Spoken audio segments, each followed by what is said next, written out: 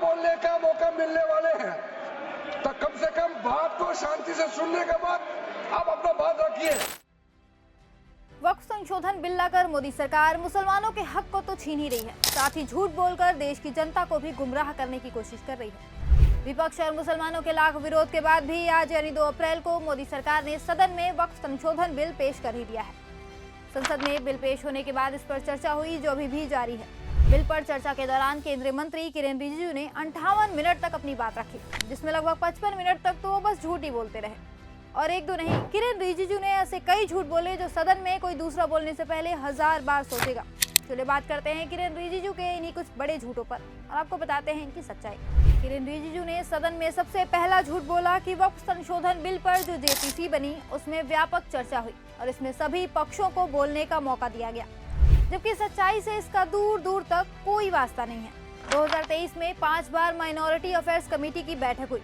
पहली 13 जुलाई को मुंबई में हुई, फिर 21 जुलाई को दिल्ली में, उसके बाद 24 जुलाई को लखनऊ, 20 सितंबर और फिर 7 नवंबर को दिल्ली में आखिर 2 बैठक हुई। इनमें से किसी भी बैठक में इस बात का जिक्र भी नहीं हुआ कि नए वक्फ बिल की जरूरत है, सिर्फ पोर्टल को लेकर विचार हुआ। इन बैठकों के मिनट्स अगर मांग लिए जाए तो मोदी सरकार के झूठ की पोल अभी खुल जाएगी। खैर आगे बढ़ते हैं। किरेन रिजिजू ने दूसरा झूठ बोला कि पुराने अधिनियम के अनुसार वक्फ बोर्ड में महिला सदस्य होने का कोई प्रावधान नहीं था। अब मोदी सरकार ये संशोधन करके 2 महिलाओं को वक्फ बोर्ड में शामिल कर रही है। सच्चाई ये है कि 1995 के एक्ट में इसका प्रावधान पहले से ही है कि वक्फ बोर्ड में 2 से अधिक महिला सदस्य हो सकती हैं। मोदी सरकार ने अब विधवा और तलाकशुदा का जिक्र किया है, ये भी पहले था।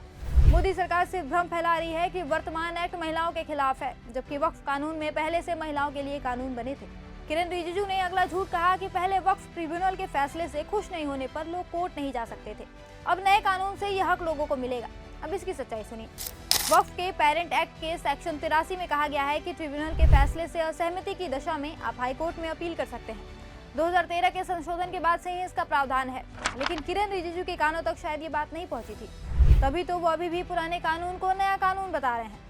मोदी सरकार के मंत्री ने अगला झूठ कहा कि यूपीए सरकार ने 2013 में 123 प्राइम प्रॉपर्टी को दिल्ली वक्फ बोर्ड को ट्रांसफर कर दिया था।